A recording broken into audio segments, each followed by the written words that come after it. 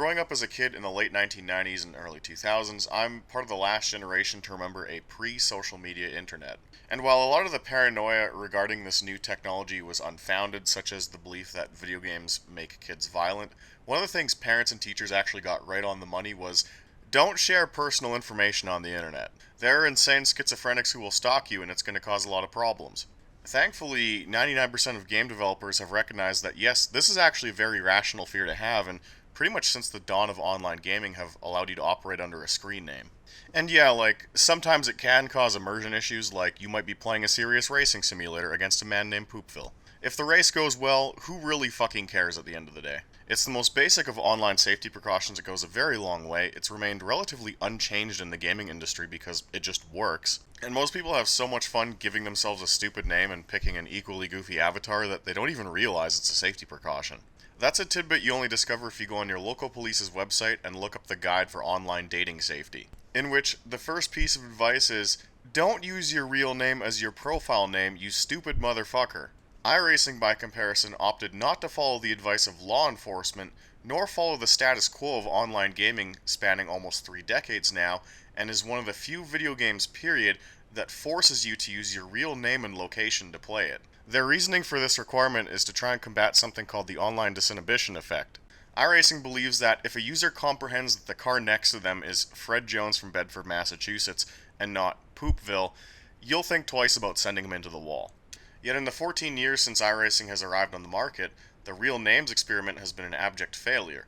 The driving standards on the sim have gotten worse, not better over time, and it's now posed a very real and tangible safety risk to its members. It's almost like there is a reason every other video game in existence allowed you to run under a screen name. So before we get into the heavy stuff, I want to start with the easy target here. Go onto Twitter really quickly and search up iRacing driving standards. You'll find years worth of tweets consisting of everyone from esports pros to just regular users claiming that the actual racing is just terrible.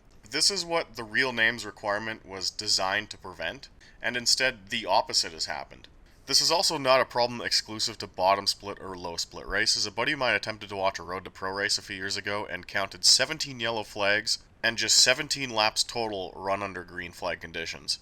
These are not noobs, these are people trying to qualify for iRacing's officially sanctioned NASCAR Esports Championship. iRacing is not a new product going through a very natural and very understandable growing pain period. It is now a 14-year-old racing sim that tried a radically different approach to clean up the driving standards and failed to do so. They also failed to ask the very basic question of, I wonder why every other video game in existence lets people play under a screen name and not their real name, and as a result now have a much bigger problem on their hands. iRacing has an actual stalking problem and they have no clue how to handle it. I actually got my first taste of this all the way back in 2014, some 8 years ago. A buddy I was racing with in a simple R-Factor league on 4chan came on the forums one day to say that he'd done an MX-5 race at Okayama, which is the entry-level Mazda races that don't matter. A guy began cussing him out over voice chat for a wreck that wasn't even his fault, spammed his iRacing private message inbox for close to 4 hours, and then he discovered somebody, which is obviously the guy, had reported every single one of his photos on Facebook for pornography. As the years have passed, pretty much everyone's encountered a situation like this. The current saga which has inspired this video comes from iRacing streamer Daniel Gray, who says, twice now, someone on iRacing has stalked my personal social media after an incident in a race, threatened violence against me, and tried to intimidate me. He also says that both times he's actually protested the person, and iRacing have refused to do anything about it, and let that person continue on the service. Other viewers of Daniel's then started coming forward to say that, hey, I had the same problem with someone else on iRacing, and they gave me an equally tone-deaf response of just telling me to block the person. What's wild about this is iRacing doesn't even seem to understand their own sporting code. Section 2.1.1 of iRacing's sporting code asks members to be respectful and courteous both on and off the track, which off the track is open to interpretation in this case, and iRacing also has sole discretion to determine if the behavior of a member is causing negative issues or angst with others and the community.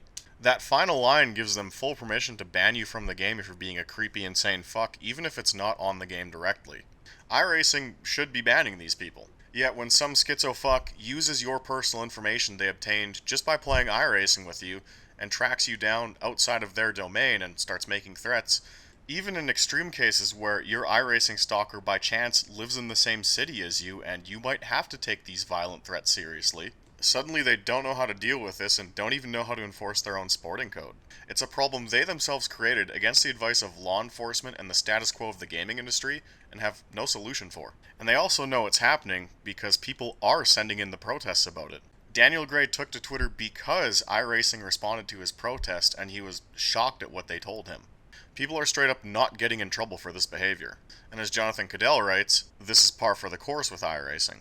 He says, a certain person was allowed back on iRacing after a series of pretty disturbing videos were posted to YouTube, directly attacking me and lots of other members in the sim racing and real world racing communities. More needs to be done if we're going to keep on using our real names. Steel Horse Live here is talking about iRacing member Jason Jacoby. In June of 2020, Jason Jacoby suffered some sort of psychotic break and began uploading very aggressive and threatening videos on YouTube, as Cadell had written, aimed at pretty much everyone in NASCAR and people he had raced with on iRacing. These videos continued for months on end. It was discovered he was genuinely dangerous and facing charges of battery and domestic violence, and would regularly attend races at Atlanta Motor Speedway where other iRacing members, some of which he was actively threatening harm against on YouTube, would be near him. Despite his videos becoming a spectacle in the community and there being genuine concern that Jacoby would go to Atlanta Motor Speedway and try and hurt people, his stats page on iRacing show that for 8 months, iRacing continued to let him race on the service anyway, giving him unlimited access to personal information that would help him stalk and threaten more and more people that he'd met on the game. iRacing have created a genuine safety concern on their game that was 100% their own doing, and now they don't even know how to fix it, let alone enforce their own sporting code.